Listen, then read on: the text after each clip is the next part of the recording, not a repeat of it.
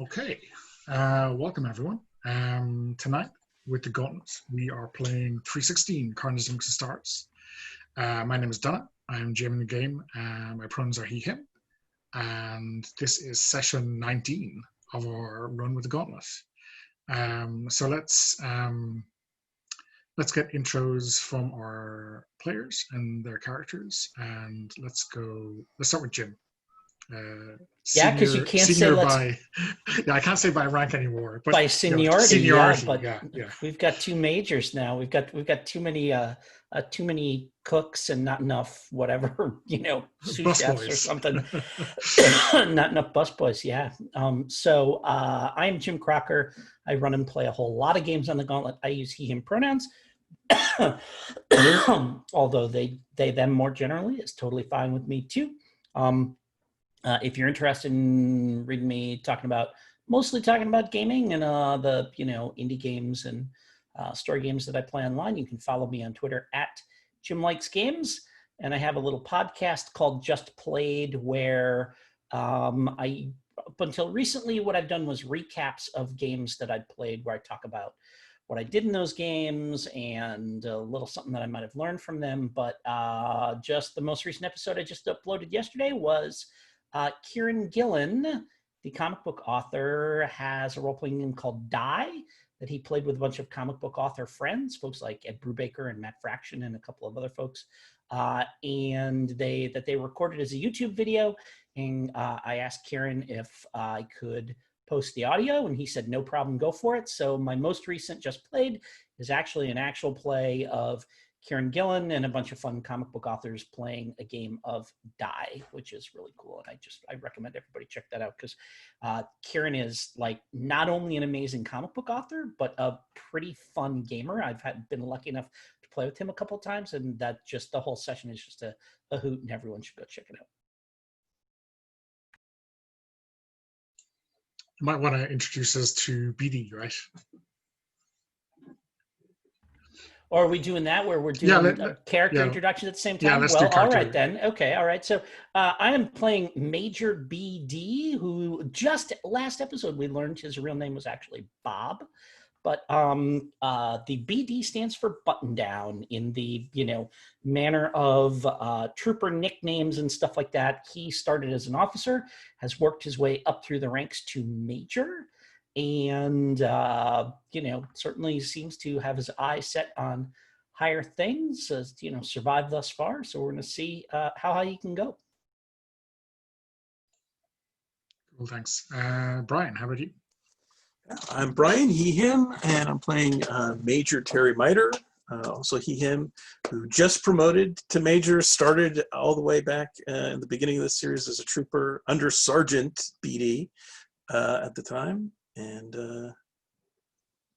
I think also might be like the highest level character. He's one level away from actually reaching max level, mostly just by random luck, getting that level up at the end of a lot of missions. Yeah, awesome. It's well, you've been killing a fair amount of aliens too, in fairness. That's true. but death total doesn't get you the level. I think it's you automatically the last kill, right? No, it's automatically and then most kills. Oh, it's the most kills. Yeah. Okay, I think he's. Recently, with his fully upgraded E-cannon, he racks up a lot of kills a lot of the time. But I think most of those level ups were just the lucky roll-off at the end of the mission. So. Well, that works too. The man most responsible for taking that most kills pin off your shoulder tab is probably Puckett's character. So why don't you introduce yourself and Dietrich? Hi there, I am Puckett. As last time I checked, I am the person most responsible. I think I'm sitting at 1,500 kills and change or close to it. And I play Sergeant Dietrich. I'm probably never going to be more than a sergeant, and I don't necessarily care to be. I like helping people kill things and generally keeping them alive. BD, well, he told me to make sure they stay alive, so I do just that. Sometimes it doesn't work so good, though. Poor Crestmere. Died front toward enemy, though. He died charging towards the enemy. Even better. I'm not sure. So yeah, Leandro isn't with us this week. He is feeling a bit unwell, so we will see him return next week with Trooper Apples, hopefully. So probably to cover some logistics first off. Two majors with one independent company between them probably doesn't go, at least not for long. So I'm wondering, how would Major Beatty feel about being appointed head of security with Special Studies Group 17? Oh, absolutely. Yeah, no, I'm very comfortable with that. That's the kind of thing I've been angling for, for 2-3 games now. So for sure. Cool. And so I guess you'll be working closely with the new commanding officer of our company, Major Miter. So yeah, stepping into BD's shoes on that one and commanding the same people you've been with the last couple of missions. Okay, does that sound good to you, Brian? Sure, makes sense. Okay, cool. That's probably why Terry got the promotion, was because BD was moved up and filling space. Yeah. Cool. And in terms of Dietrich, then, do you think Dietrich stays with our company, or do you think he moves across to the think tank? Are you asking me or the majors? I'm asking you for as a player first, and then we can see what the major thinks of that. I think that would depend on whether SSG values his apparent ability not to kill less than 200 or 300 mobs per planet. He may be a bit loud for SSG. Yeah, I mean, I think that kind of talent is probably better suited to a line company or a recon company than minding Gribblies in the lab and going out to capture new ones. Capturing lab work for Dietrich. Yeah, it's a bit of a stretch, I think. You think he even knows what an Erlenmeyer flask is? The only flask he knows about is one that holds alcohol. I imagine he just gets, the only way he gets transferred is just because that whole group wants bragging rights compared to whatever competing group as far as the number of kills within. He's just like the what's the phrase? I'm forgetting the term for it, but just to pump up their numbers, just so that Well, he breaks the curve, right? Messes with the grading for everyone else. Yeah, he's just the ringer is the term I was looking for. The ringer that they just bring in just to bring up the whole group's average, so that they can hold it over whatever this other group that they want to compare themselves to. Yeah, so I mean, whatever you prefer, Puckett, I think is fair. But is that worth having a conversation? Maybe Major Beatty wants to have a word with you to bring you with him or something. I don't know. No. Leave him killing bugs on the front line. Well, because to have I want to have a unit that if I have to call in and they're just gonna every now and then the problem I run into will in fact be a nail. Yeah. And so I would like to have a hammer I know is reliable. So okay, cool. So last week we saw BD and Borowski, who is the head of your section of Special Studies Group 17, interrogate these two survivors of the 229 that you found on Matisse. They had pointed you towards this planet Picasso, which they described as kind of a pleasure planet or some kind of resort planet. So yeah, I think Borowski is putting you on the job. He thinks obviously finding out what's going on with this planet is probably a good thing, but if there's some kind of alien influence on our troopers, we want to make sure that doesn't happen. Otherwise, I guess it's another planet for the brigade to kill. So yeah, I guess you get handed that mission, right? There's very little in the briefing packet, because really you know everything he knows in terms of where it is and what's going on there. Mm-hmm. If you are, yeah, I think our company would be the perfect people for the job. Yep. Kick some ass if necessary, give you some security if not. Mm-hmm. Cool. So I'm gonna call. I'll call Terry in. Terry, here's our, and I just hand him the docket, the dossier on what we've got. Next target is Planet Picasso. What's not in there is that it has almost certainly been infiltrated and, to some extent or another, compromised by elements of the alien threat. So, we encountered this once before, and I think that it is best for us to assume that everyone we encounter there is going to be hostile unless proven beyond the shadow of a doubt otherwise. And just prepare the troopers for that. I don't know how that we prepare for that, but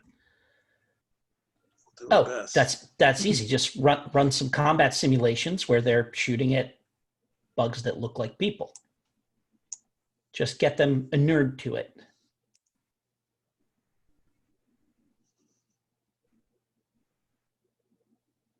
Yeah, I guess that's straightforward enough, but could get complicated. But I don't understand how. Well, if they're fully, if we can't trust anyone there, that's. How is that different from any other mission we've been on? Well, it's just that some of them are going to look, some of the bugs are going to look familiar. And we just need to make sure the troopers understand that they are in fact bugs. It may be that when we hit planet side, we may, there's always data that we don't know about. One of the reasons we're there is to gather more of it so that we know against here. Okay. Just seems, well, they're just going to know what they're coming up against better than most bugs, I guess. So. That's true. Then we'll have to be sharp. Right. It's like I said, complicated. I don't know about complicated. Difficult is different than complicated, Terry. You should know that by now. Difficult can be overcome. Complicated is, this isn't complicated, it's difficult. All right. But we didn't get this far shying away from difficult things, did we? No, that's definitely true. We do the things that are difficult so that Terra can be complicated.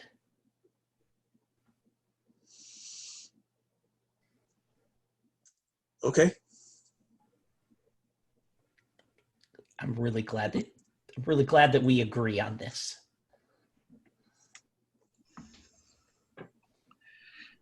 BD is so suited to Special Studies Group 17. Okay. Yeah, so I think I want to see Major Miter explain this complicated, whatever we're calling it now, situation. We're apparently not calling it complicated. Yeah, exactly. To his company and specifically to Puckett or to Dietrich.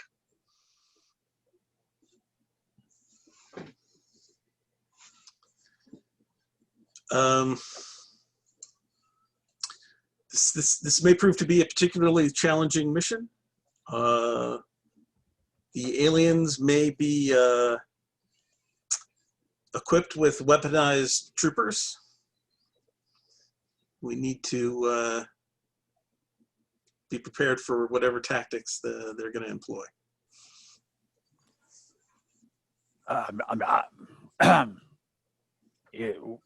Weaponized troopers, sir. Not necessarily set on that term, but maybe we can come up with something a little bit catchier. But that's the technical term for the moment. Not sure I follow, sir. Did they get some of our soldiers or something? We got to get them back. Well, they are alien weapons. They are classified as alien weapons. I mean, retrieval of alien weaponry is always, an objective, but not the primary one. So they aren't hostages. No, that would be a mistake to classify them in that way.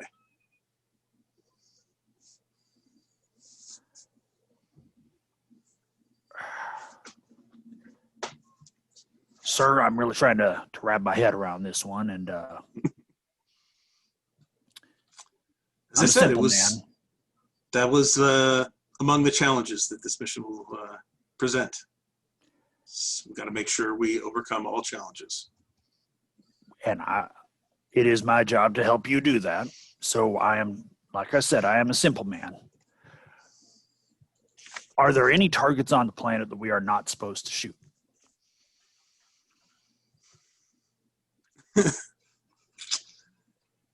None have been identified as such to date. So it is, as usual, a free fire zone. Correct. I fail to see the challenge here, sir. Then this conversation has served its purpose. I mean, from the sound of it, the challenge is making sure we bring enough ammunition.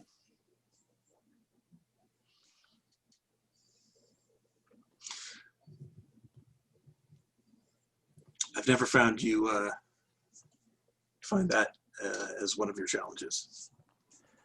I do not wish to be killed for lack of shooting back, sir. Just get your troops on the same page, as I'm sure you will. They will be AJ squared away, sir. So, Dietrich, what do you tell the troops? How does the message filter down to the squaddies? I've been told that we will be shooting at humanoids this time out. I expect each and every one of you to empty your clips, reload, and resume shooting. We remember those guys. They were like Silver Surfers, like they were humanoids. They were a pain in the ass, boss. I think I'm going to enjoy shooting some humanoids. It is also my understanding that this is, as usual, a free fire zone. So you do not have to worry about good targets and bad targets or refraining from killing certain targets. You shoot at everything, and you shoot it until it stops moving. And once it has done so, then at that point, you may smoke them if you got them. Sounds good to me. Any questions? Will there be a bar? I expect there'll be a bar if there's humanoids, sir. These are bugs, not Terrans. They gotta drink something. I mean, they're not that alien. If you wish to be foolish enough and take your life into your own hands to drink whatever substance it is these aliens drink to get out of their skulls, then you may try to do so behind my back when I am not looking and cannot stop you from the consequences of your own actions. BD will be displeased. I would not wish to suffer BD's wrath. Well, that sounds like a big thumbs up from you, Sarge. But I am to understand that Major BD is no longer in our chain of command. BD is now an SSG.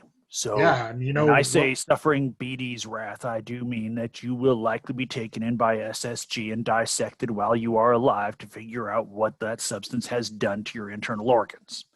So, do you understand me? So don't get caught. Yes, Sergeant, I understand perfectly. Trooper, this is a miracle.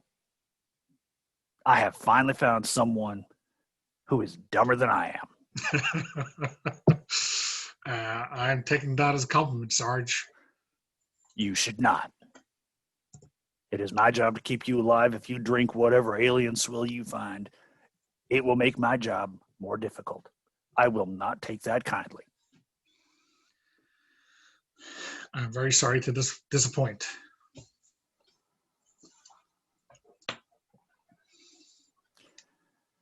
Get your gear together. We drop soon. Okay. So, yeah, I guess when you come in, right, you jump in above Picasso shortly thereafter, and yeah, it's a pretty verdant world, but not like overgrown jungle, like manicured, right? So, flawless lawns and lovely kind of geyser heated baths and kind of lush paradise, let's call it. And there's a kind of a ring around the world at, like, I don't know, maybe 1,000 miles north of the equator, which is dotted with these habitation rings. And so each of these little clusters has like a 5 or 6 story high structure that is interlocking circles, but it's organic, so that these buildings are organic. They are just grown out of the planet. You can see material that matches them elsewhere out of this kind of habitable zone that they are occupying. And everything looks pretty ordered, like not a neat pattern, but specifically put on this world for a very specific reason or in a very specific place. And there's some signals coming out of these, but nothing is like radio signals, something really low tech.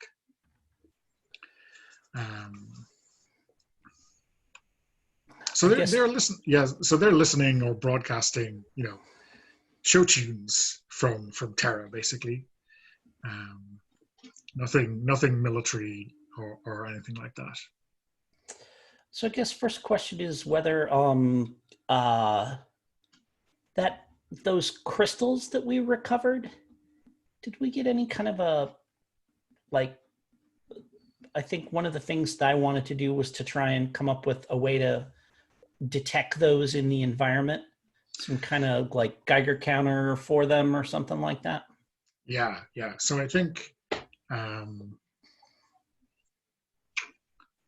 that is going to be an NFA check. Sure. And obviously it's going to be a success, right? So you're going to have some kind of doohickey or ECG detector or whatever it's going to be. But the roll is going to determine exactly how good it is, right? Sure. That's a 3 under 10. So Okay. that's not great. So I think it's more, it's, like maybe a, not quite contact, Sure. but, very short range sensor, maybe Yeah, given. it may even be a thing that we have to like punch it into it to get an actual sample or something like that. Like it's not like we can't wave it around. Like it's whatever, like a chemical strip test or something like that. Yeah. Okay. So yeah, it's an early model, right? It's a prototype, Sure. and depending on how this goes, you get some good feedback results, and you'll get a better model the next time out. Got it. So I think what we're looking for is does the planet have any caverns or caves or anything like that is in proximity to any of these resort areas? This place looks extraordinarily tectonically inactive and like impossibly. There's been virtually no tectonic activity here in millions of years, so Sure. it's quite flat. Now, not to say that there aren't caves or hills or that kind of stuff, but you don't see anything. But there's no like extensive structures that could or anything like no hide. Yeah, sure. Everything here is in plain sight, basically. Got it. So I think we're gonna drop down wherever those radio broadcasts are coming from. Okay.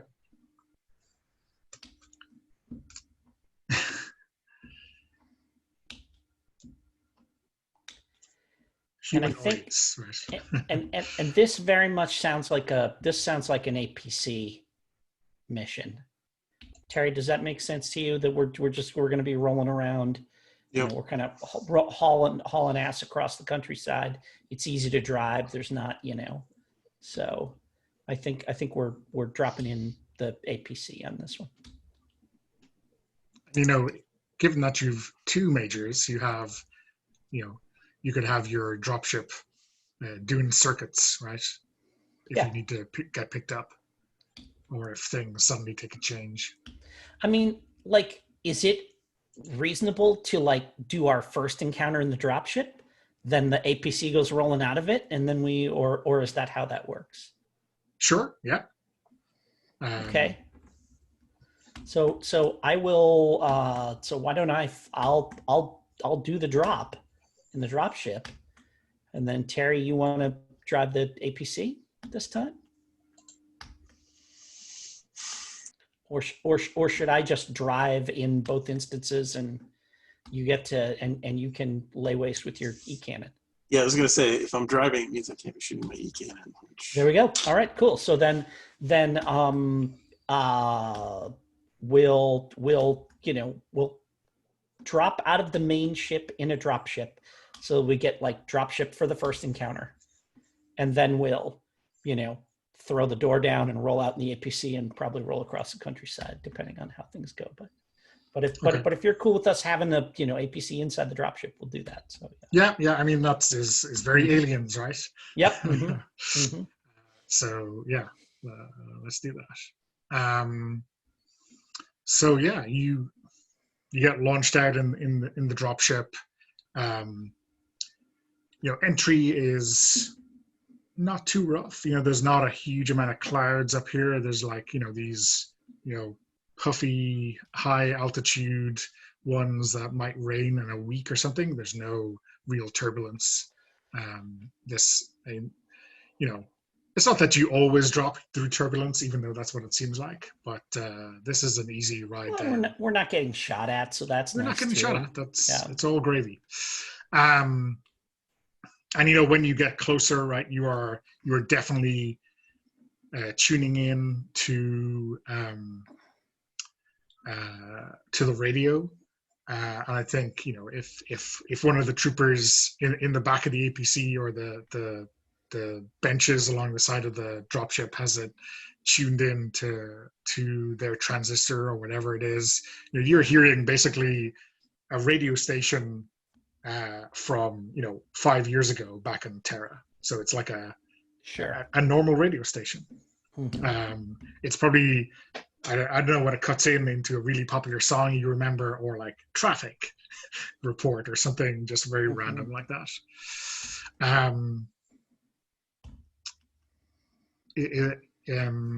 Dietrich, is this like nostalgia for you, or is this like a place you really didn't want to be reminded of? I never much listen to radio. Usually I just listen to my parents yelling, so nostalgia for me is listening to people screaming and hollering at each other. Or the Brigade, as we like to call it. I do love the Brigade. And so you come down. I guess you're doing a flyby, right? If you want to stay in the dropship for now. Yeah.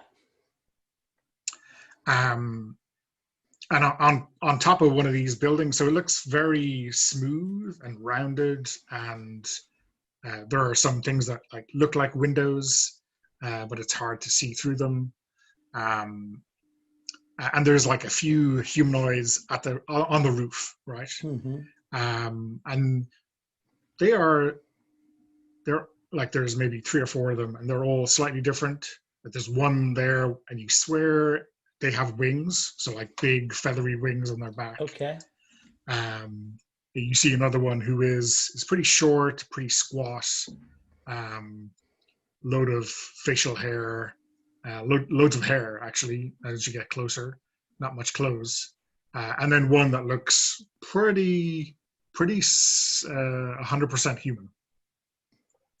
And the winged guy waves at you. I'm gonna blow up their radio tower. Okay. So let's start this encounter. So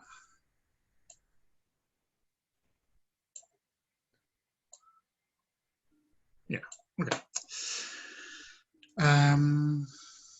Yeah, who wants to roll for engagement? I presume not Dietrich, or you're gonna get involved? Not until I've got an 80% or better chance. Okay, so it may take some time. Okay, so let's roll.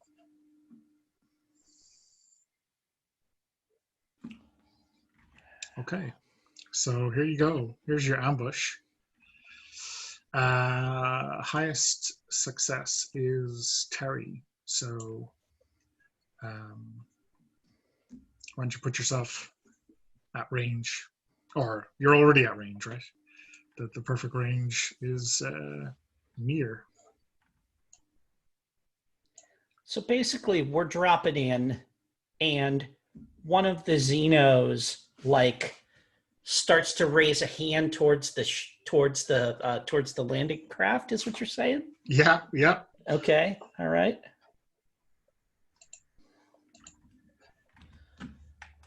So what is everyone doing now that you've ambushed these guys?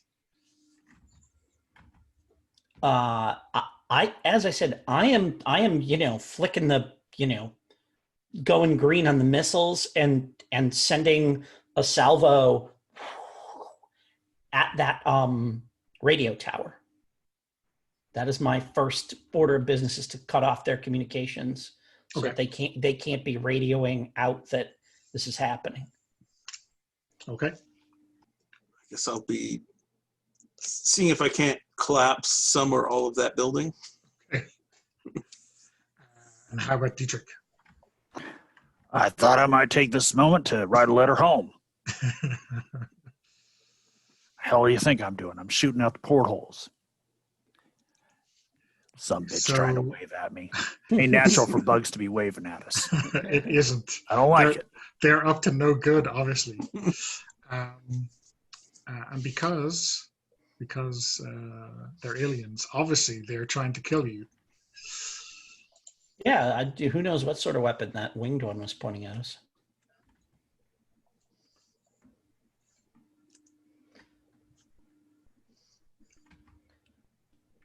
Didn't we ambush them? Yes, sorry. Sorry, my fault. You are rolling kills, right? Pretty sure that's how that works. Yeah, that is not how that works. Sorry. So yeah, you're not rolling FA at all, guys, even though I messed up. So roll your kills at this range.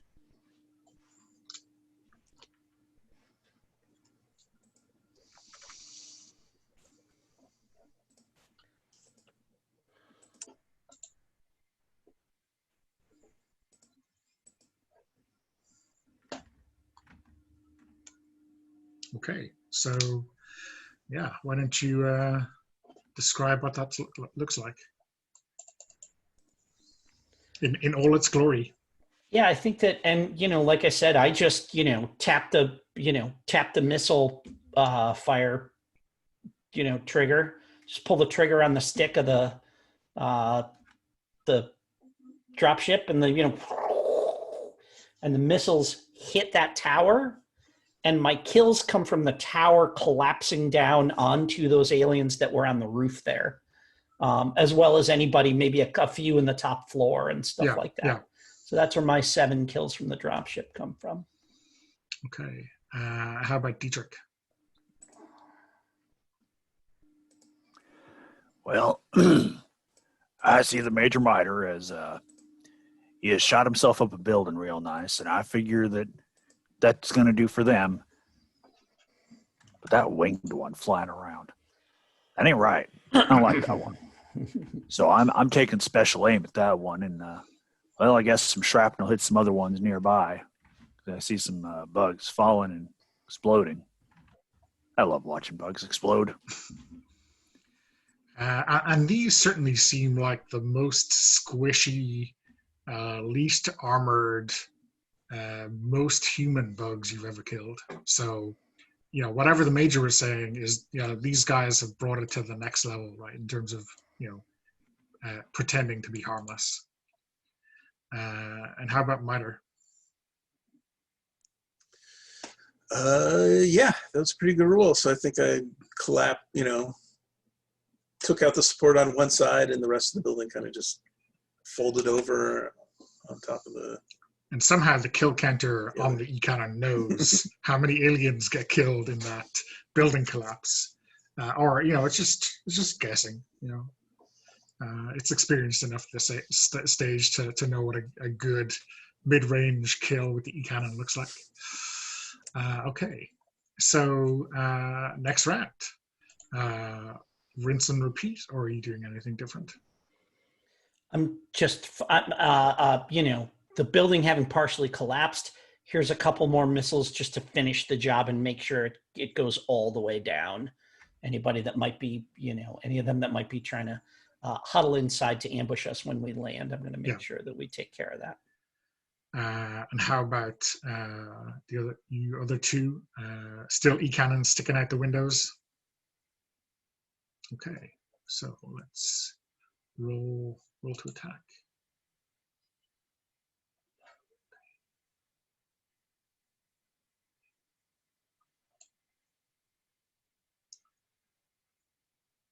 So,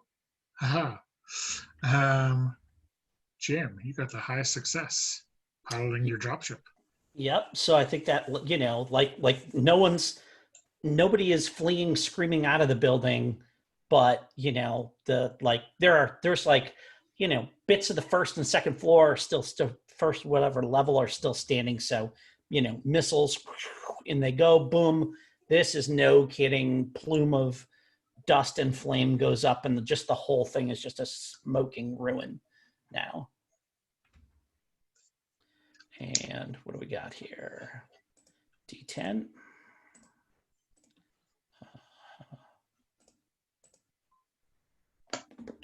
5 more kills. All right. Yeah, so this whole, this building is just a rubble, splinters all over the place. This wood, and you kind of can see it's wood now that it's broken up, is just splintered, broken everywhere. Blood and crushed corpses of these aliens scattered throughout, and then a few extra missiles cannot hurt, as you say. A little something extra. So yeah, you guess you do another circuit, make sure it's safe, and then land to roll out in the APC. Yeah, and I think we'll conduct a little recon in the area, a little information gathering, and see if we can. Mostly, I'm interested in identifying, like who this hub was in communication with, other locations, nearby on the planet and stuff. So. Yeah, so I think, I mean, it's difficult enough to piece it together now that you've completely destroyed it, but it looks like they were just sending, it like a regular radio station. They were just blasting it out. Oh, and wow. Whoever Okay. picks it up, picks it up. Okay. Very, very low tech. Not a type beam laser in sight. Got it. Let me ask you a question. Do we have the equipment on board to spoof that and send our own broadcast out? That seems a little bit. Is that a little bit more than you would expect? But maybe you have a special dropship from Special Studies Group 17 now. Yeah, and we've got we've got wireless and stuff like that. So yeah, I mean, like say like jamming is one thing, but like spoofing in order to give a false signal is a whole other ball game. But sure. Yeah, why not? I think it's. There's a lot of electronic stuff in this. Yeah, I just want it to come across like like there'll be a gap, but radio back up to the ship and say, identify that broadcast, and actually it's probably something that could happen from the command ship to beam it back down to the planet so that anybody listening doesn't know that the radio station was destroyed, kind of thing. Yeah. So maybe make a quick NFA check. Yeah, sure thing. Just to see how quickly they can get that up and running. That is a 7 under 10. And that sounds pretty quick, right? So, yep. Like they probably have heard it, right? And they're just like, bring up the archives for that and just play someone's terrible playlist. That's funny. Puckett points out that Trooper Apples probably would actually know a thing or two about this, being the the film nerd or whatever, like the AV tech. The AV nerd with a fighting ability of 7, right? Yes, yeah. Okay, yeah, cool. That makes sense. So yeah, it's a drop of a couple of minutes maybe, and just as people are touching their dials elsewhere, Yep. comes back online. There we go. Roll into the APC, and I think this is a thing where we're just going to follow the main road into town or whatever, just kind of, like I presume we kind of got a lay of the land from the dropship. Yeah. And there's tracks, right? There's sure. Like not proper roads, but something that the APC is definitely well able to but it's clear lines of travel. Yeah. Sure. Roll out on that. And then it's like obvious when you're driving along it that this is just foot traffic. There is really no signs of any other kind of traffic. So you're probably knocking down a fair few bushes along the verge, but mm-hmm. that counts as killing alien life technically. So I think you're probably, I don't know, 5 or 10 kilometers away from the next habitation, and like on your way you're circling this basically a hot springs, mm-hmm. And you see a few aliens in there, like they are relaxing. Maybe they heard something, maybe they ignored us. Maybe the bubbling in that the tame geyser is just a little bit too much for them to hear missiles going off, but who knows what's going on.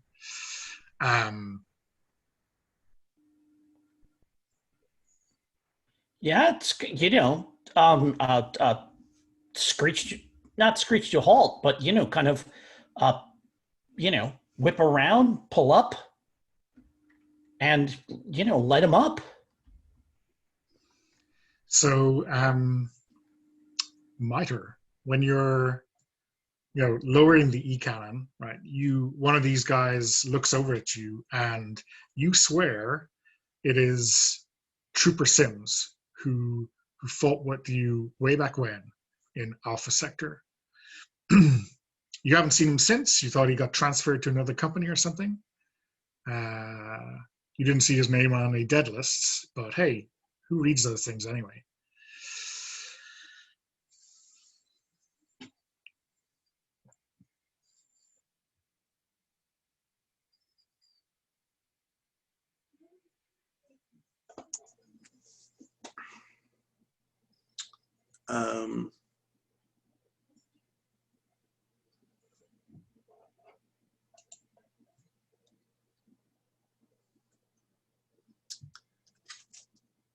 I think we've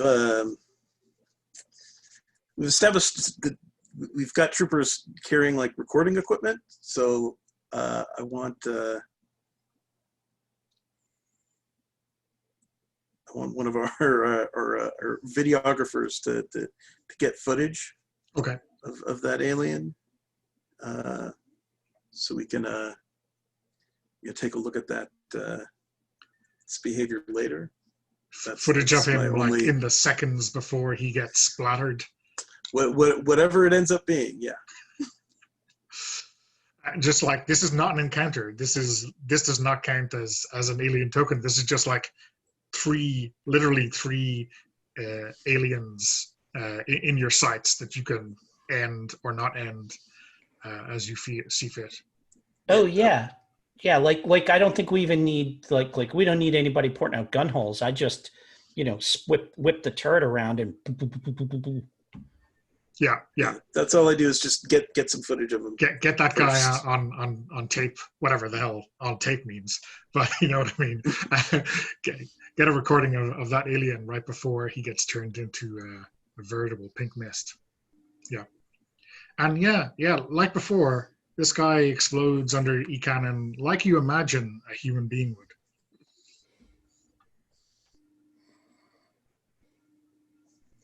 Okay. So, yeah, I think you reach the next habitation, which is bigger. Instead of being like two interlocked circles, it's more like 5 or 6. Mm-hmm. And as you're driving up, you see basically an evacuation, right? They are running out of the doors. They're probably exiting on the other side as well. They're just getting out as you approach. Yeah. So I think what the thing to do here makes sense is drop the squad, and then I'll go around and cut off their escape route. Okay. So I guess it's like a long arc around their kind of, or well in advance of where they're at, to kind of put up a perimeter, right? Yep. Okay. So let's try to roll for dominance. Same old, I guess. I think so. Okay.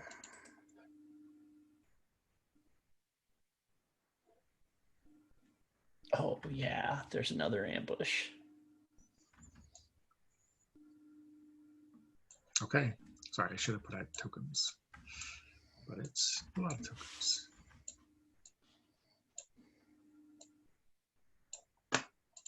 So yeah, who rolled high? Miter. Yeah. Okay. Yeah, Terry beat me on this one. Yeah. So I'm presuming you're going to stick at near range, right? Silly questions. Yes. For 500, please, Alex. Okay, so I'm just going to remove 3 tokens straight off the bat, so I don't forget, for your ambush. What does this look? So I guess people roll kills and then describe.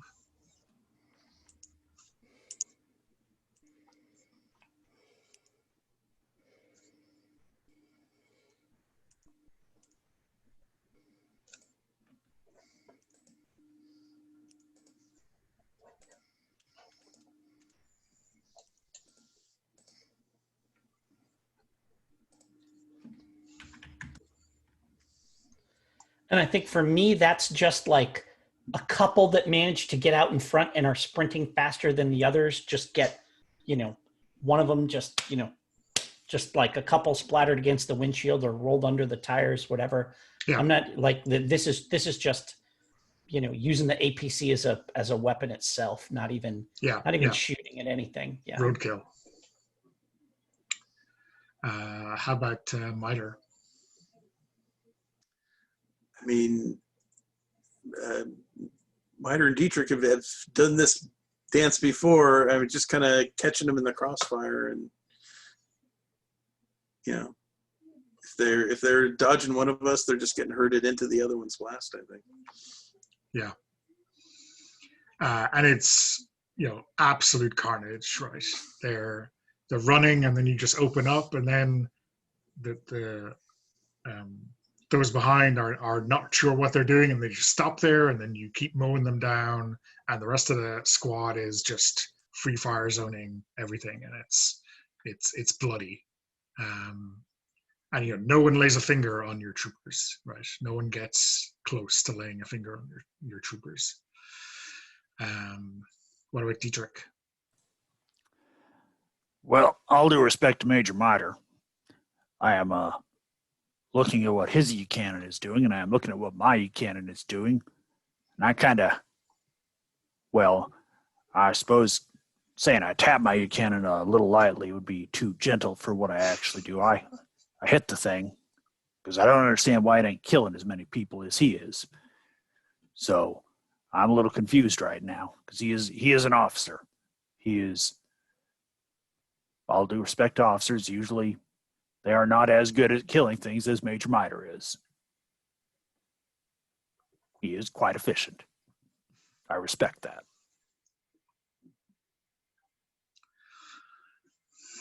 It's just fundamentally unfair that his E-cannon seems to be better at this whole malarkey than yours. Correct. Betsy is a beautiful E-cannon, and I love her to death, and I would take her to bed with me if I could. However, officers tend to frown on that sort of thing. They do not call it fraternization, but it is not far off. Though I am sure there is nothing strictly in the regulations that prohibits it. Proper care and attention of weapons even might cover it. Okay, yeah. So that was round one of this bloody encounter. I presume you are keeping those trigger fingers depressed for good measure, because there's a lot more aliens trying to escape. Yeah, and I'm, I think I'm literally just, running them down as they, as some separate from the pack and try to run off in different directions and stuff like this. Basically kind of herding them around so that I can keep them, my troopers have a nice compact fire zone. Okay, so let's roll attack.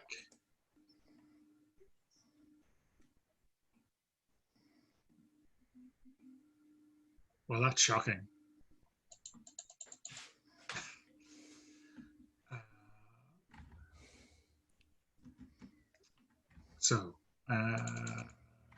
Dietrich, you get to go first. Roll your kills and tell us what you got.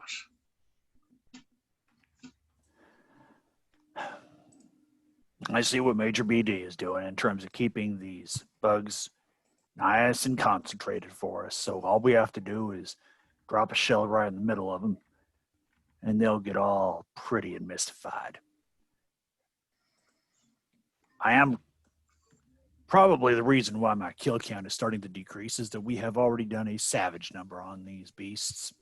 So there are probably not as many to die. Still, you cannot but kill what's in front of you, and when you've killed everything that's in front of you, it's going to take your momentum out, right?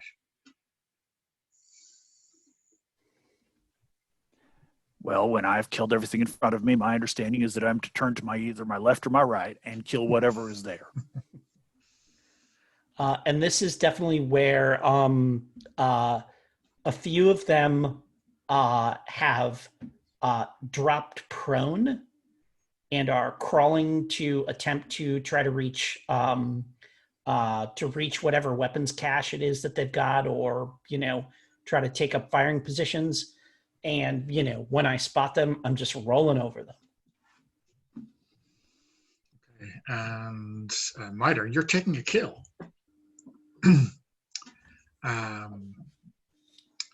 And I think I'm going to suck you into close range. And so this is not any weapon. This is not striking. They're just hitting you in the rush, right? You're just caught up in the crush of their running away.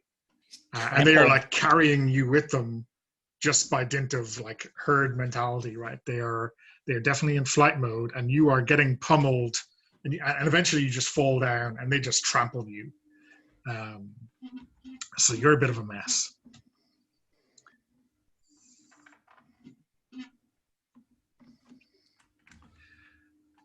So not many of them left now at this stage. Some of them have disappeared into the paradise or are hiding somewhere, but I'm sure you'll track them down. I will go ahead and make use of my free switch to unarmed combat. Okay, cool. Which is, I think, like a large Bowie knife, mostly. Yeah. Along with punches and kicks. Okay. And you've improved that all the way to D10, I see. Nice. For close encounters, right? That's not a knife. Yeah. I mean, I would like to pull out my what's it called? What's the sword? My Power blade. Your power blade. Yes. But that takes an action. So yeah.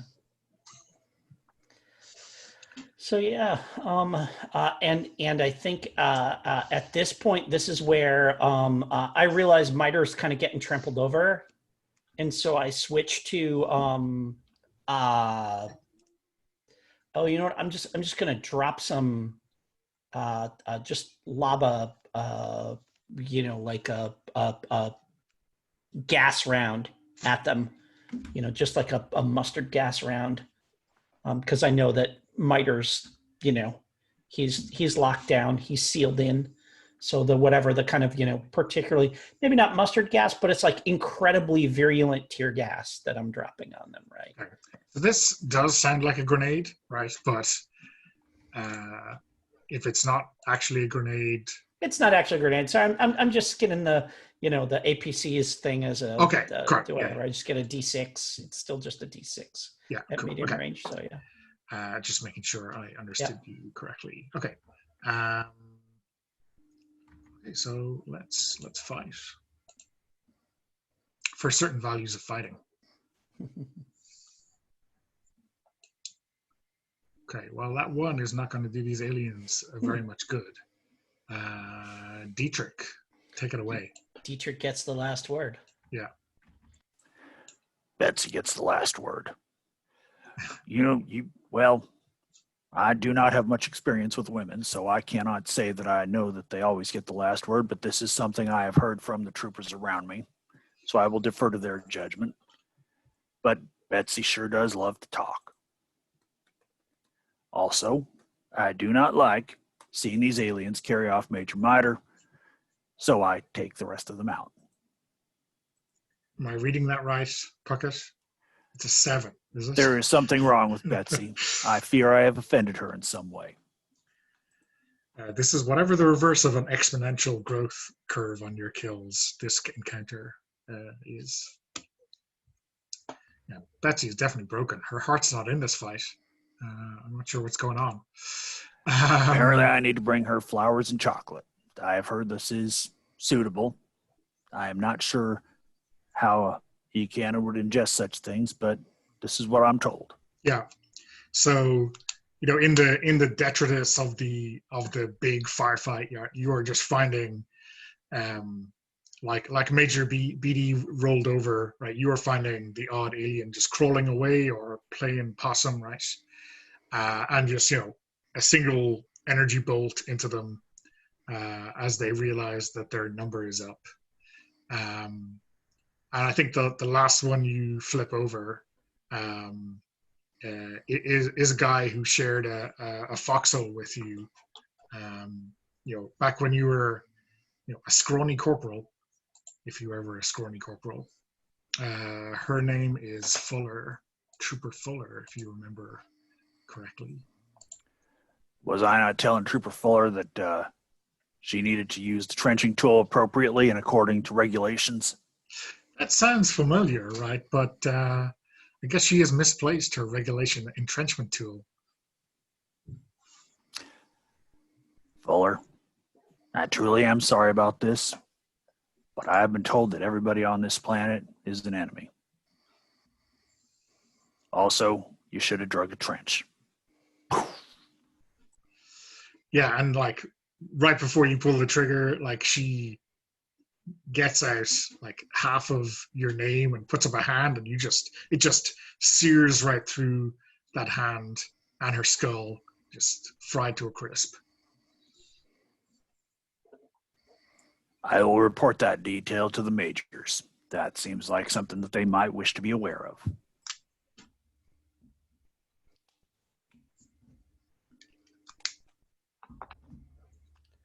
So, Dietrich, what you're saying is that one of the bugs was able to take on the form of one of our troopers. It appeared to be Trooper Fuller, sir. And take me there now. Sir, yes, sir. The other interesting detail is that this bug got out part of my name. Here's what's left. Well, the fact that it was able to appear to you in a form that you recognize presumes perhaps either that they've studied our personnel files, which is entirely possible, or some form of extrasensory perception, perhaps. That will be for our good friends at the Special Services Group to figure out. Is there any chance it could have been Trooper Fuller, sir? None whatsoever, Sergeant. You should put your mind at ease on that. Sir, yes, sir. To the extent that if in fact it was who you once knew as Trooper Fuller, she's clearly been entirely compromised in a way that, well, makes it so that she's not really Trooper Fuller anymore, is she? Unless you say so, sir. And we're going to bag her,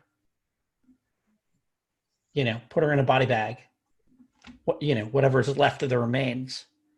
And I am going to, when we get it back to the APC, I'm going to do a test in front of everybody. I'm going to say to Dietrich, we need that body so that I can conduct the test on it that SSG equipped me with. Sure, yeah. And how long does this test take to come back? Like a minute or 20 seconds or something? I envision it being like a pregnancy test, right? Okay. So yeah, it's coming back positive for alien crystals. All right. And so I called Dietrich in. Sir. Sergeant Dietrich, there's just something I wanted you to see. Yes, sir. Yeah, and I point at the corpse and I say, I know that looks like it looks like a trooper that you once knew, but this, and I hold up, it's literally like a little wand with a plus sign that has appeared on it, right? This says that there is that there's sufficient alien crystal in that body that the test detected it. That means, well, we don't know exactly what it means, but it does mean that you did the right thing, and I want to commend you for unhesitatingly doing so. Sir, thank you, sir. This test indicates what we feared. The planet's been compromised in a way that is, well, it's deeply dangerous. If these bugs have found a way to masquerade as troopers, then I'm sure you can see the sorts of problems that would create.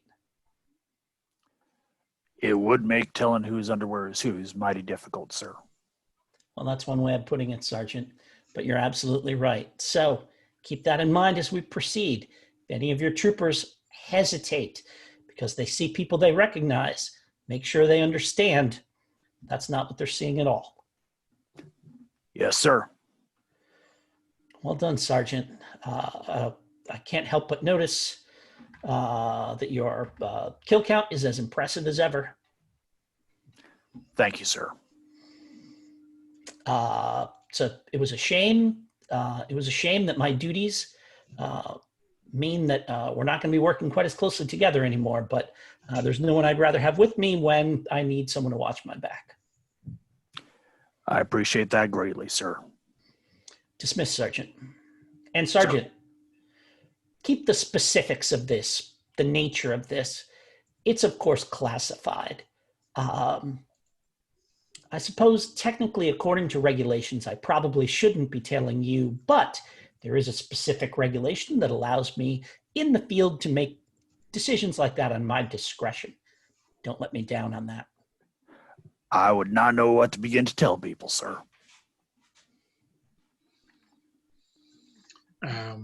So what's MITRE doing outside the APC? What's the mood like in the squad? Was MITRE the only one injured in that? Yeah, pretty much. Pretty much. Now, of course, like after the encounter, you're no longer a mess. So it's just bruises, maybe some bruised pride, but you're back to full health. Yeah, at this point, he's getting scars on top of scars, but it's been a mess many times. Now getting run over by a horde of bugs is going to be called the MITRE maneuver. I think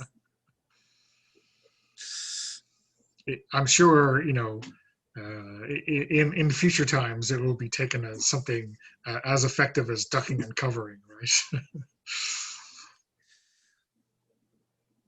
Yeah, just drawing them into Dietrich's fire, that's all. Yeah. I mean, he didn't say duck, but I'm sure he would have. Well, yeah, I didn't need to. They'd already trampled me to the ground. It's all part of the maneuver, so. You allow them to trample you underneath them to get out of the line of fire.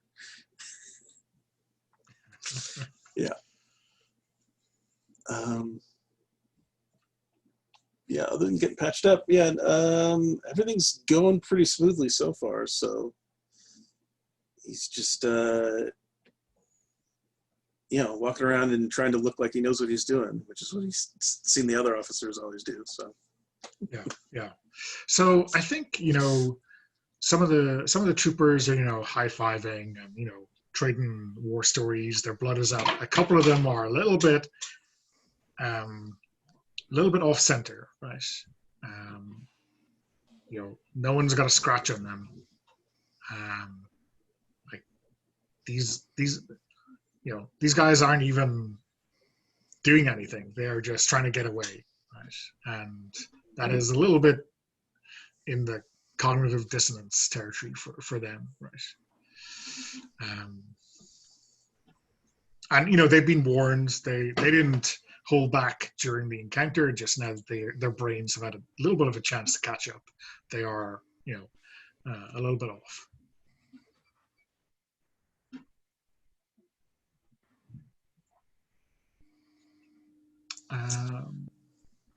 Yeah, so I think we're after 2 encounters. We usually take a break, and I know it's probably early, but how about we take 10?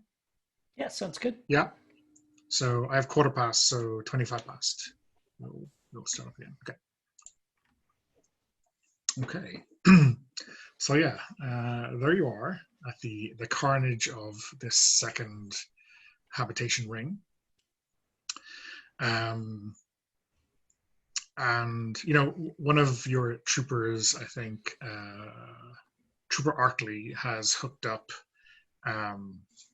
the your ship's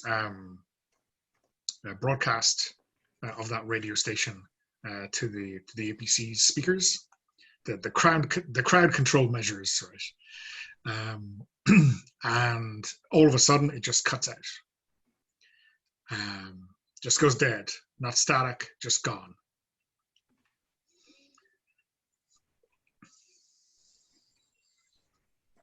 That's bad news. Radio up to the ship. Nope. You're getting no signal back.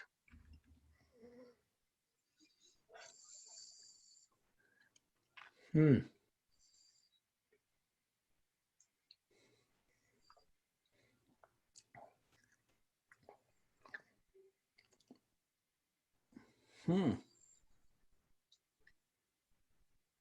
there any sort of launch facility on the planet here? A place where they can get up to orbit, or? Nothing that would suggest that so far, but who knows? Maybe it's stealthed or cloaked somehow, but you haven't seen any evidence of that kind of stuff. And usually launch sites are pretty easy to see from orbit. Yeah, you can spot them. Yeah. All right, we need to complete the mission here. I think when you go up into mission mode, I think you're so used to your HUD displays on the Mandelbrot armor. It shows you all manner of things, and these are all kind of centrally managed, and there's like a whole swathe of them gone. So all the stuff that comes from CNC is gone. Oh wow, okay. This is serious business. So I think it's back to the dropship. Terry, what's your assessment?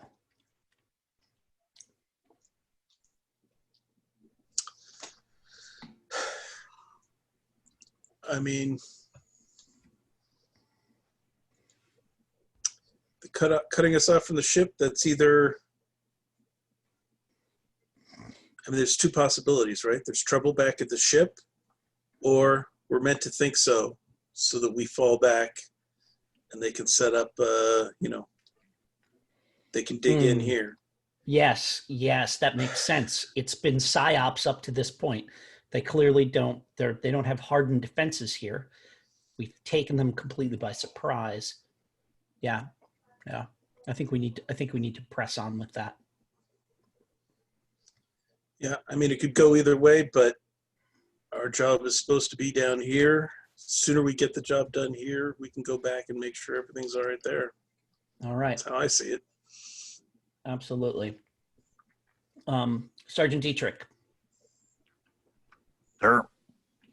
The men are going to have questions about the lack of central control. It's going to be remind them that there are sights on their weapons for a reason, and that we've trained for this sort of thing, for atmospheric interference, electromagnetic interference, EMP pulses. Sorry. Major BD would not say EMP pulses because he understands that is a syllogism. So EMPs, that sort of thing.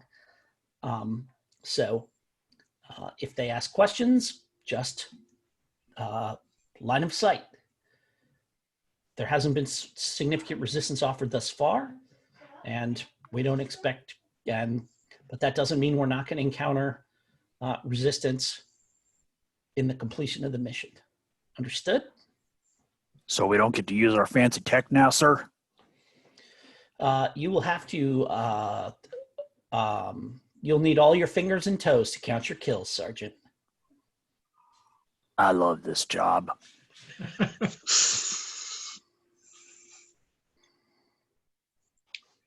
mean, the soft red glow from the HUD that usually, ticks and flickers as it goes through the kill count is no longer going to be comforting you as you go through hundreds of more aliens, Dietrich. But Damn thing was distracting. It just looked like a slot machine.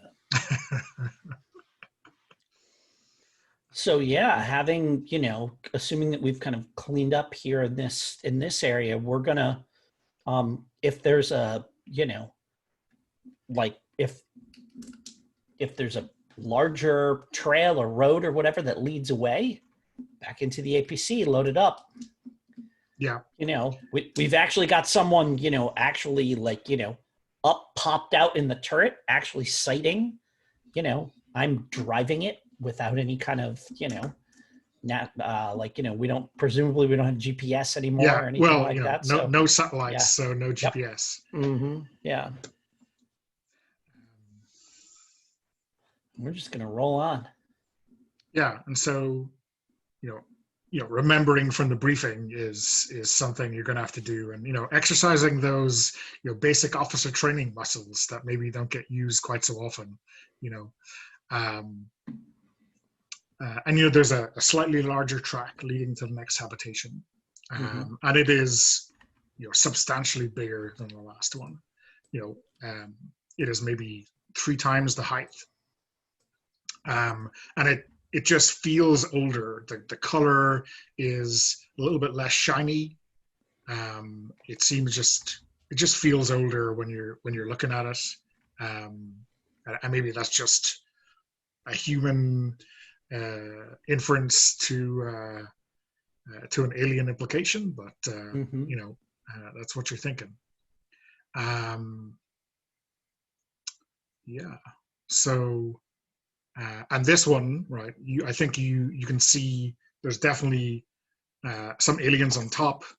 You can kind of get senses of aliens lurking, right? Yep. That you haven't sensed before. So, obviously they don't intend to be ambushed. Damn it! sniper positions up there, and and we're just gonna. I open up the throttle and rolling in. Okay, so Kenner's out. Who is usual routine for I dominance? think so. That's the thing that makes the most sense. Okay. So let's check that. Okay. That's as good as it gets for these aliens, not getting ambushed. Okay, so Jim, you get to set range. Range it near. Okay. Yeah, and I think they're coming in, and I think you see some of those flyboys swoop down, and like some of them are using slingshots or pretty high tech catapults to knock you from virtual orbit, right? But then you do hear the odd chatter of some trooper slug rifles, right? So they're using some of your stuff. Yeah, commandeered weapons. Sure. Okay. So killing, I guess, right?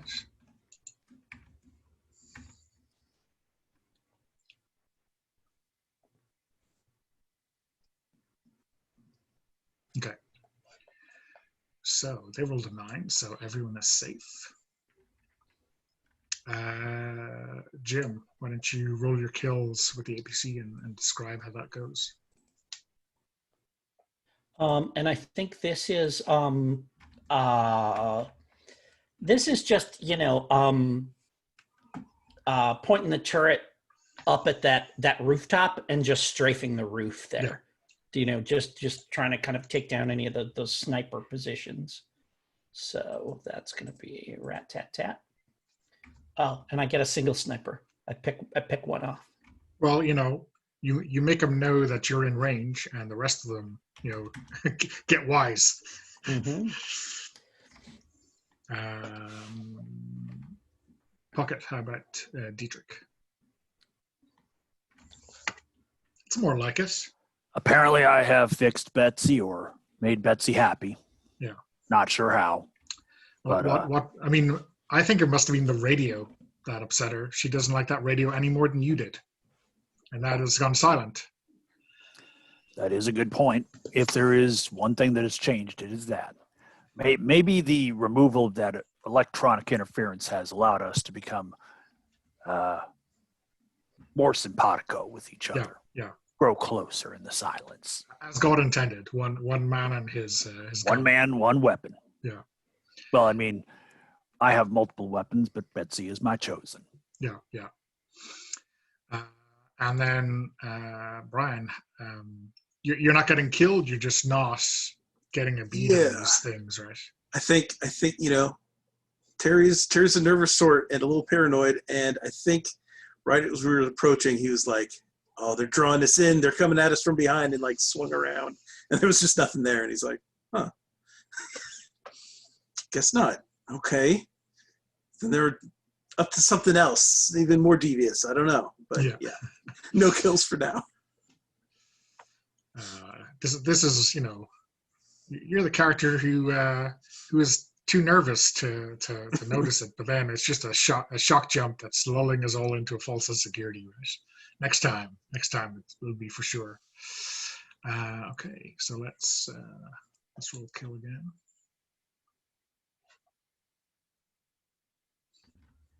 And I think this is now rolling over whatever little makeshift barricades they've put up.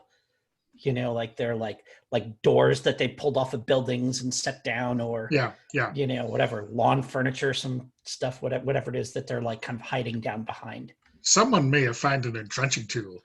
That's possible. Sure, roll over those poorly dug trenches that aren't deep enough. So it's certainly not deep enough to stop an ABC, right? Yeah. Okay, so they got a 2, but that is not good enough today. Terry, why don't you roll kills for Miter and tell us what we see?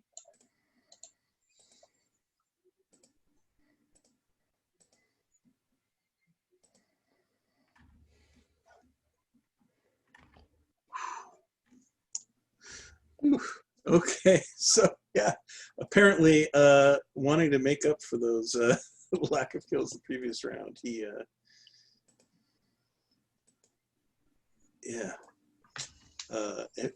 empties the battery out of this E-cannon on them this time.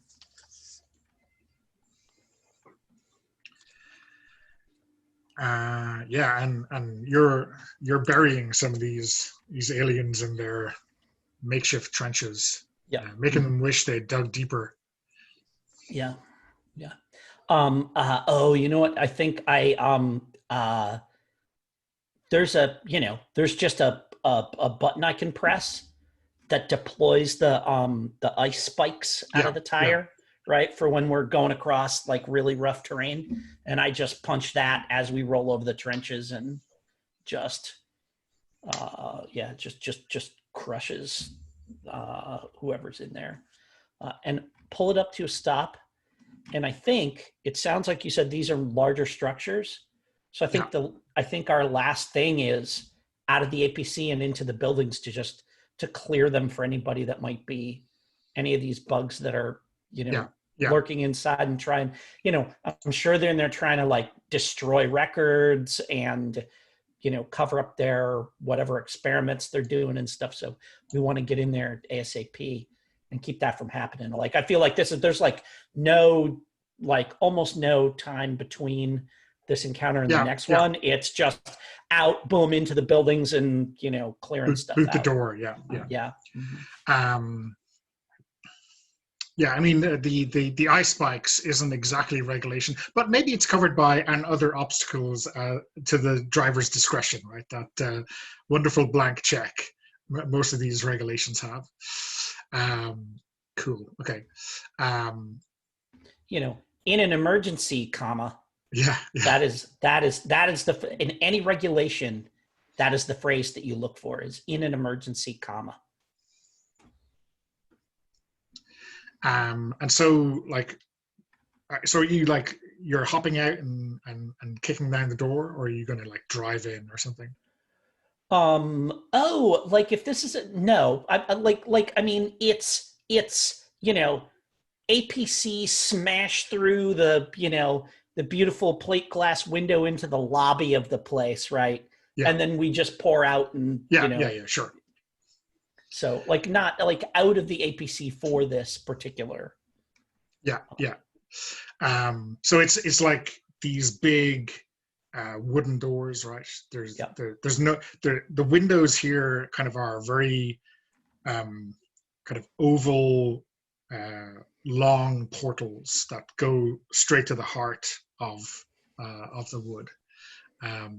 So there's no plate glass windows as such, but you're finding the equivalent, right? Which is a big ass front door. Yeah. To knock down.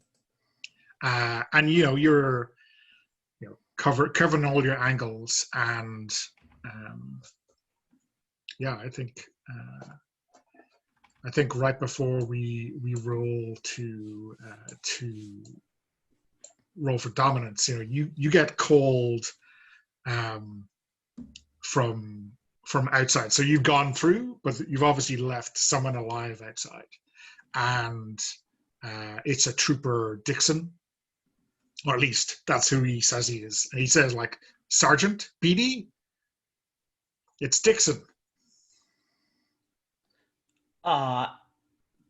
So is this like part of the encounter, or is this a little separate? This is just right before we start the encounter. Got it. And so we're bailing out, and he says, Sergeant, it's Dixon, and I say, I don't think so. And I turn and just immolate him.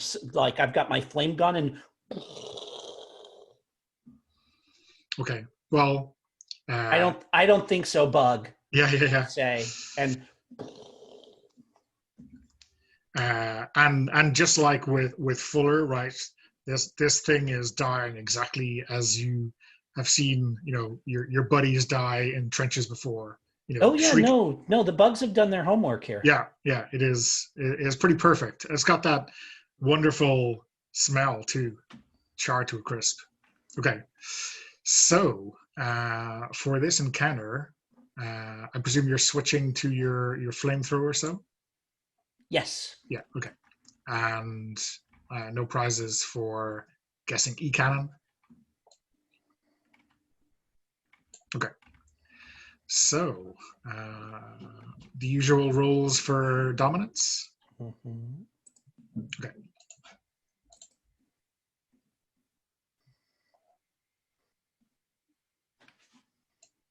Okay, so no ambush, but you get to choose range, Jim. And I set it for, do I set it for everybody? Is that for everyone? Yeah, everyone's at the yeah, same. let's start it close this time.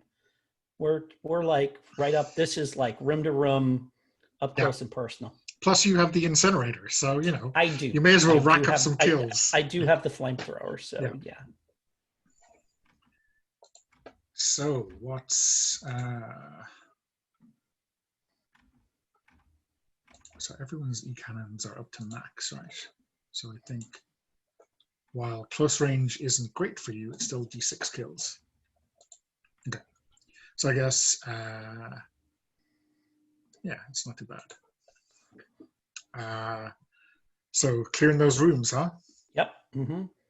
This is like kick a door open if anything moves. No one going with a grenade, huh?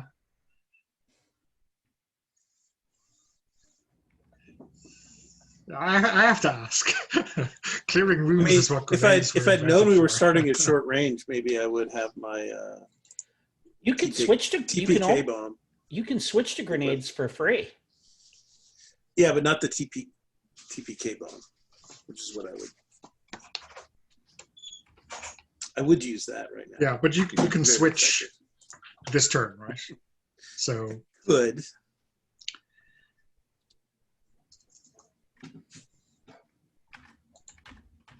So you're gonna stick with the E-cannon or switch? Yeah, I'm just sticking with it. Okay.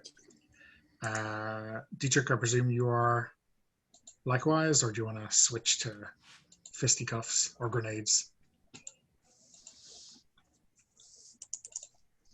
Hmm. If I'd known we were going to be at close range, I would have switched before combat. Let's see. Jim's self-satisfied look you're seeing, folks.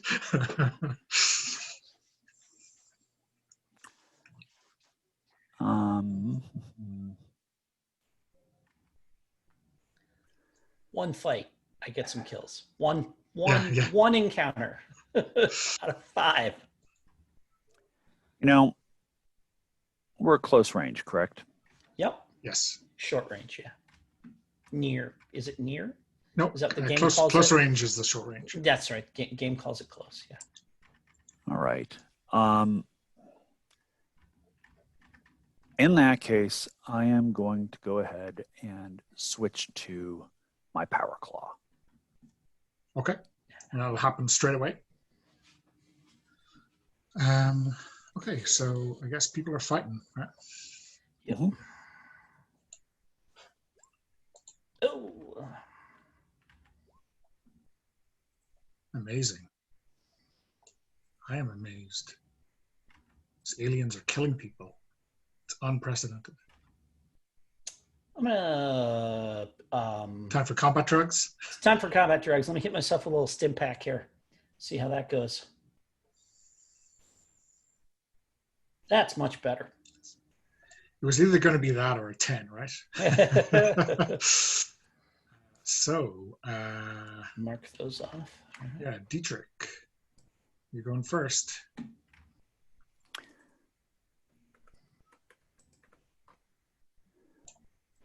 And this is actually kind of unusual for Dietrich. It is. Because normally you just see him at near range, just laying down massive explosions and wreckage and carnage everywhere. In this case, he's getting up close and personal with the bugs. Yeah. And he's got his power claw out, and it's just very much snicky. He's looking like Wolverine in there. And just coming out covered with green bug goo and grinning like a madman. Yeah, except none of this bug goo is green, right? These are all, red-blooded, like very close to human. And the guys who aren't obviously enhanced are definitely human, right? Whatever about lying to yourself when you've got an E-cannon 200 meters away, or even an E-cannon, from standing above them, like putting a claw in someone, you get to definitely feel what's inside. And some of these 5 that you kill are human. No 2 ways about it. BD warned me they were tricky. I'm glad BD's around. Make sure that I know what's what. Okay, and yeah, aliens go next. Aliens kill BD and Miter, or inflict you into a mess. And yeah, they are. It's all makeshift. Some of them are with those slingshots. Some of them are just using. I wondered if maybe even if it's like a booby trap of some kind. Yeah. Some of them are using like broom handles. A couple are using old model Brigade weapons. And then someone has obviously cooked up something with fertilizer, right? You kick down a door and bam. Yeah. And it's plastic buckets, fertilizer, really basic Radio Shack trigger, but it works and it puts you off your feet. Yep. Mm-hmm. And I just take that on the armor. Yeah. More scars. Mm-hmm. And then we have BD first. And I think there's one point where I come around a corner and someone has an aerosol can and a lighter. Yeah. And they do this and it just kind of like washes over the front of my armor. And then I just, into the room with the real thing. So this is going to be, let's see. That has got to come with a quip, right? Try this for size or. Yeah. I think I say like, oh, I can stand the heat. Can you? And, you know, then I light it up, or, you know, mine's bigger, right? So, and then that is going to be, I need like a whoosh sound effect or something like that.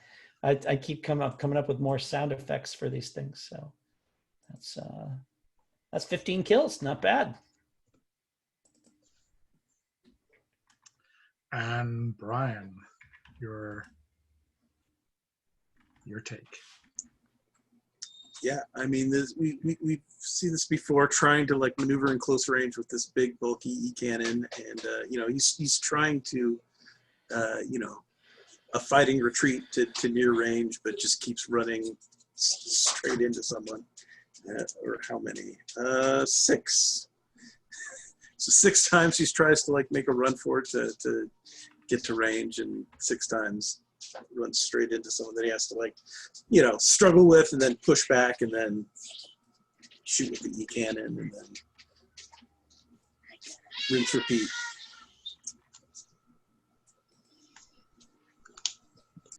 Okay. And that is the last token on planet. Yet again, goes to Miter. And, you know, having swept and cleared the whole thing, any evidence of, oh, and I'm going to bag and we're going to bag the charred corpse of that thing that claimed to be a trooper to my face to try to suborn me. Yeah. Bag that too. And like, I think, you know, planet having been pacified, roll back to the, we can probably, can we call the dropship remotely, or do we have to drive back to it? You're gonna have to drive back like chumps. Okay. But you know, it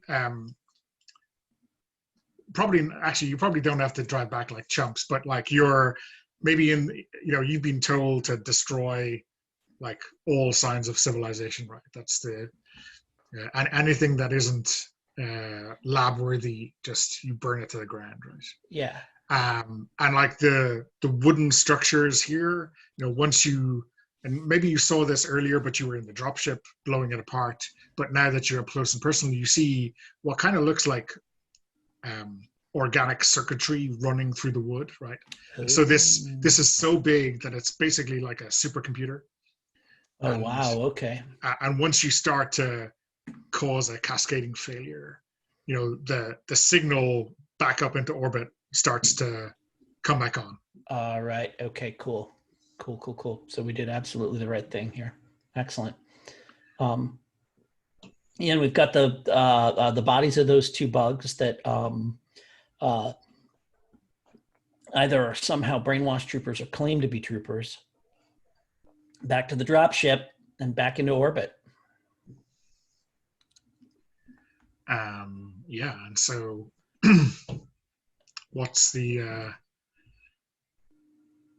maybe on the way up, or when you get back to your bunks, what's the chatter down at the squad level like with Dietrich? Troopers, you done good today. It was a little rough for some of you, but Majors assured me that they were all bugs. Therefore, we did our job.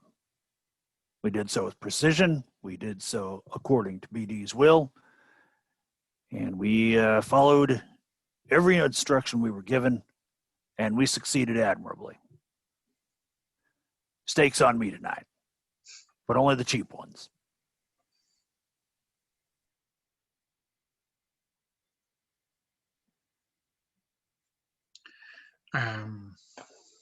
And what's the briefing backup like when Miter gets, what's the report for our company going to look like?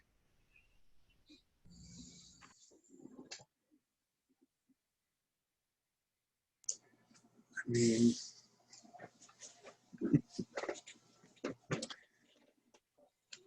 surprisingly free of complications.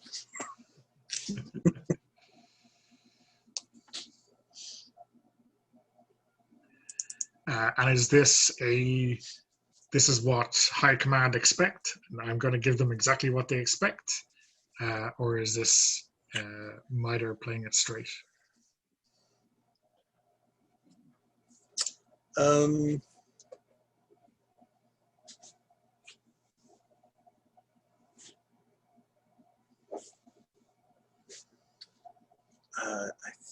think MITRE's spin on it is just that we caught them with such speed that they were completely unprepared.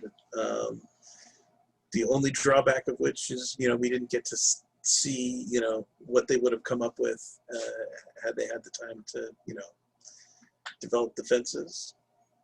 But as they're, as far as we know, eliminated, that's not something we need to worry about learning. So.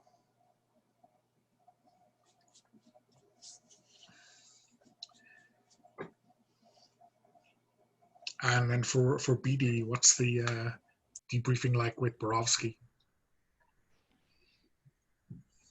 So the debriefing with Borowski is talking about, first of all, as soon as we get back, we just bombard every single one of those orbital platforms. In case that wasn't on the menu already. Yeah. They gotta go. So, we just like they're gonna rain down as fiery debris down onto that planet.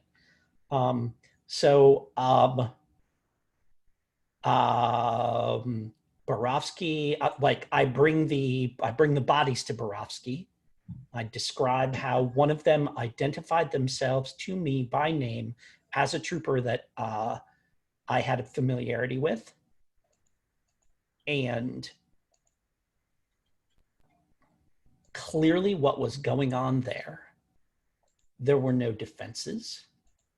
There was, it seemed to be a planet designed for leisure. It seemed to be a planet designed to, well, the only thing I can think of is that it was designed to emulate life on Terra. And that they were training their agents to understand what it was like to live on Terra. And this should be a priority. Whatever it is they were doing here should be an absolute priority for the Brigade, because they're developing infiltrators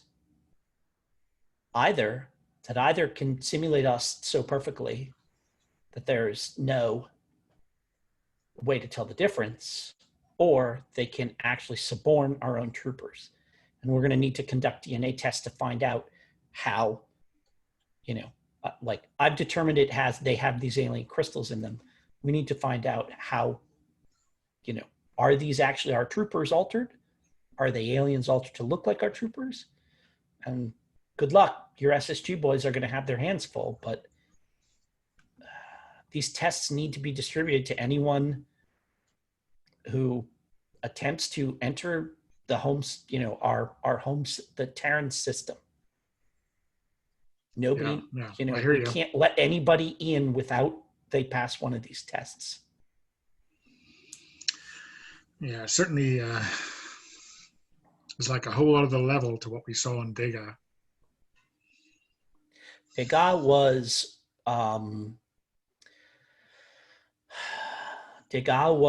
an experiment. This is proof of concept.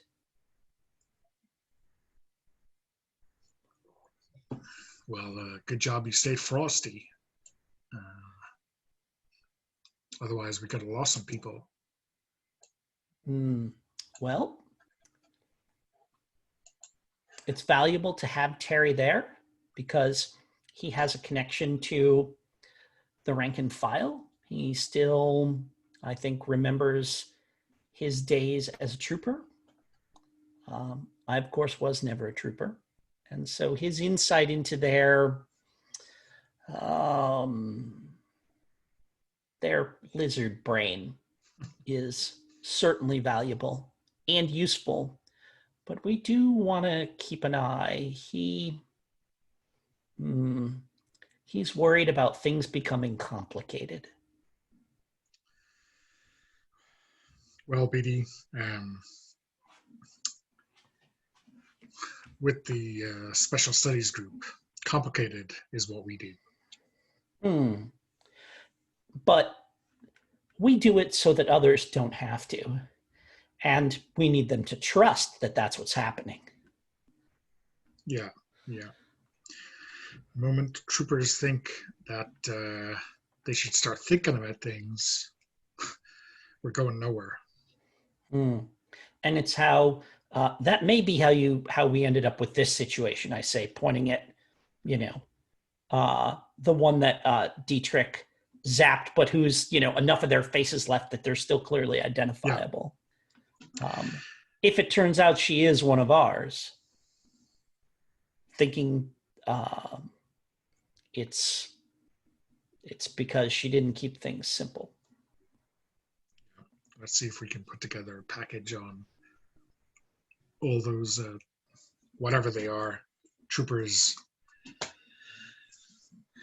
See if we can put together a picture of what they've been up to. Okay, good work today. Just one step. We're getting closer. I can feel it. I think so too. Okay, so let's do some bookkeeping. I have Miter with most kills on the planet. So you get an advance. I guess this is a final advance, right? I guess so. So you unlock your last weakness, which is automatically hatred for home. Now, you haven't taken it, like you haven't X'd it, but it's there. And I think it's an optional rule, but in theory, it can open it so that if anyone wants to take that as a weakness now, it's available. I don't remember exactly what it says in the rules, but there's something like that. I don't know. I'll check it out. I don't remember that, but I will check it out. I think it's optional, so we could just... Yeah. So that makes sense. Okay, and then... Yeah, what it says in the rules is, as an option, once a single PC gains access to the weakness hatred for home, then any other PC can acquire it as an available weakness if they want, using one of their available weakness stats. Yeah. But I like it being the last one. Okay. Yeah, so Jim and Puckett, you can roll up for the other slot, the other advance. Okay. There we go. Sergeant Dietrich. So does it have to be a successful? No, it's just roll? a D10. Oh, a straight roll. So It's just a roll off. Yeah, no. It is inherently by design not fair. Entirely random. Yeah. So you get to bump up. I mean, your NFA is pretty healthy now, but 7 is pretty healthy in my book.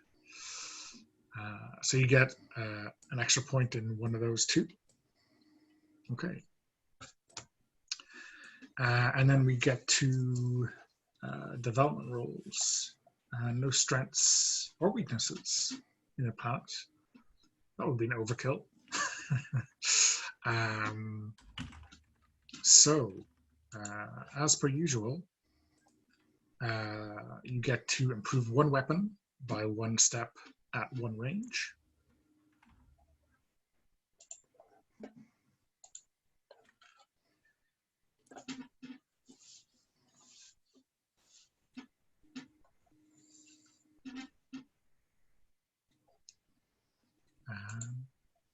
And then you get to roll NFA to go for a second development.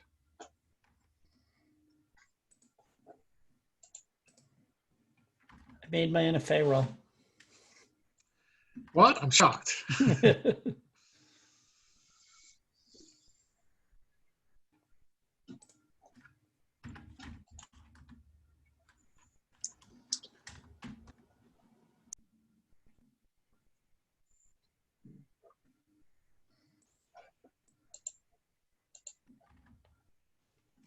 I got better with my flame gun.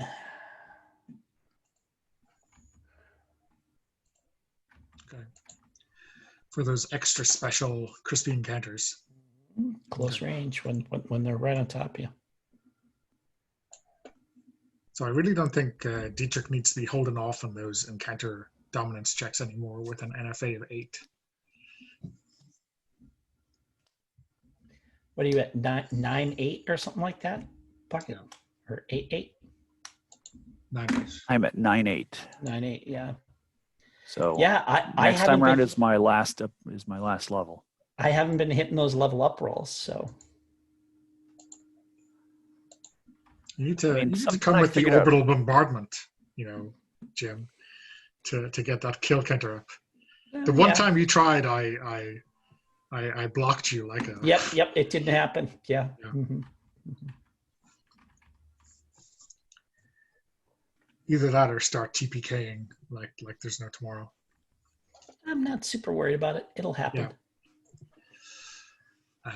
Okay, cool. So you're all getting your second development, which is a new weapon. Not that you probably need it, or an improvement that one on a different weapon at one range. Oh, different weapon. Yeah, That's it's right. always a Okay. different Yep, weapon. that's right. Yeah. Okay.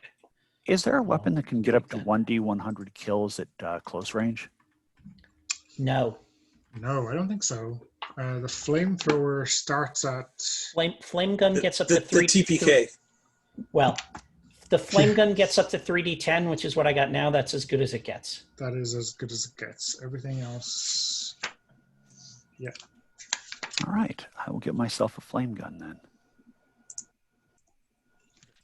That starts at 2d6 and is 1 at near and ineffective at far.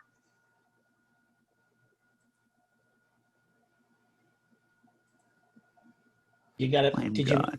did you make the NFA roll for it? Yeah. Yes, Yeah. Oh, 2 NFAs. And you said it starts at 1d10? No, 2d6. 2d6 to start, It's and then 1 at near and and 0. ineffective at far. Okay, Yep. at dash. At far. dash. Got it. Dash, yeah. Bar. Yep. Mhm. Okay. Now I have 1d100 at near, 1d100 at far, and soon 3d10. Close. There you go. Yeah. Yeah, if only you could pull a Ripley and just, duct tape all those together. Yep. It's all good. Well, putting explosives that close to open flame would be a very bad idea. Yeah. But duct taping the flame gun to the E cannon, that's an idea. Okay. Indeed, it is. So any more scuttlebutt or P we want to do before we close off? I'm curious about our next. Holy cow! That's a ginormous cat. How much of it is fluff? Yes. There's a fair amount of fluff, but there's plenty of cat there underneath. Or maybe I'm much smaller than you thought. We were talking about hobbits before, yeah. Maybe that's what's going on. No. This cat is very close. This cat is far away. So what do we? I guess the question whether we have. Oh, does that? Just to step out to mechanical stuff. Yeah. Does that round out the list and we're Nope. Next week is the final 20th, okay. so that will, if you want to go back and piece it all together, you know exactly what I'm going to give you. Yeah, I could, but I'm not going. But I will tell you Yeah. for free. Yeah. Okay.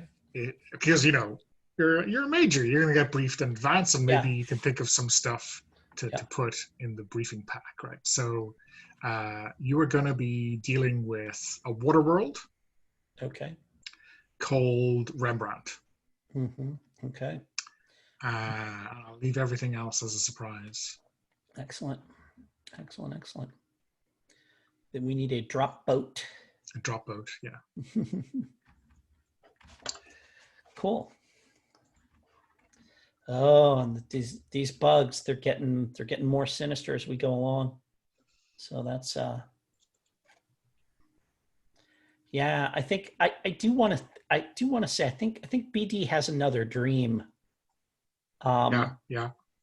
Where he's sitting in a theater like by himself alone and kind of, like the center section, 4 or 5 rows back. And whatever show tune was playing when the radio went down is playing, and then the curtain comes up and all the actors and the singers and stuff, as they're walking on, they're just on fire. They're burning up as they're doing their thing. And that's another, like sit up bolt upright in bed, clamping my hand over my mouth so I don't scream. Yeah. Cool. Well, that's not portentous at all. How about Miter? Anything else to add?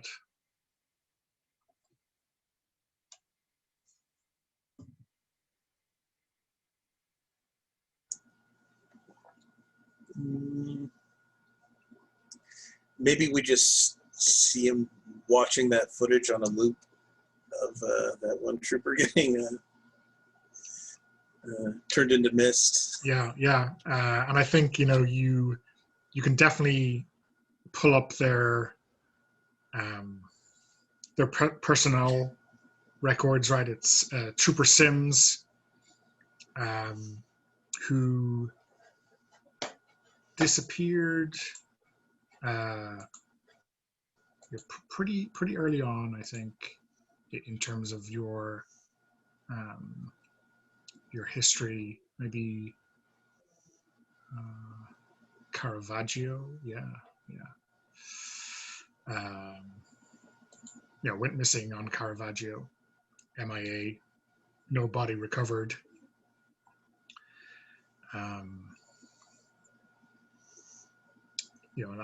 That's quite a time where that's in Charlie sector, right? So a long time ago now.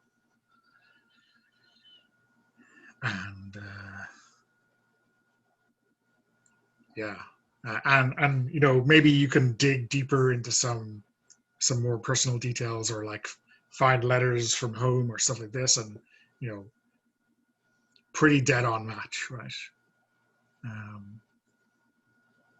If you were to find anything like a video letter he had sent home, but it like there's still a copy of it in the system, it'll be scary familiar in terms of how he seemed at that hot spring. How about Dietrich? Dietrich is sleeping like a lamb, cuddled up with Betsy, snoring quietly in his sleep, dreaming of another successful mission. Completely unbothered. That's my boy. There we go. Also, I'm coming up on 1,700 kills. Nice. I got my first bar. Yeah. So it's is it a bar at 1,000? Yeah, you get your kill badge, I think, at 100, and then bar at 1,000. Yeah. So I was like 7 away from it on the last mission. Yeah. So, and based on the meddling up after Last Planet, when the Brigadier had doubts about the company and about Miter specifically, how is Miter at this medal ceremony getting his kill bar? Skill bar and another oak leaf. Yeah. There's a lot of crimson swords in your drawer, right? I've got a sword with 1 bar and then a skull with 2 leaves. Yeah.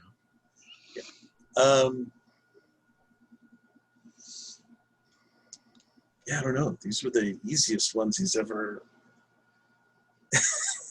earned. Like that planet, it's never gone that smooth.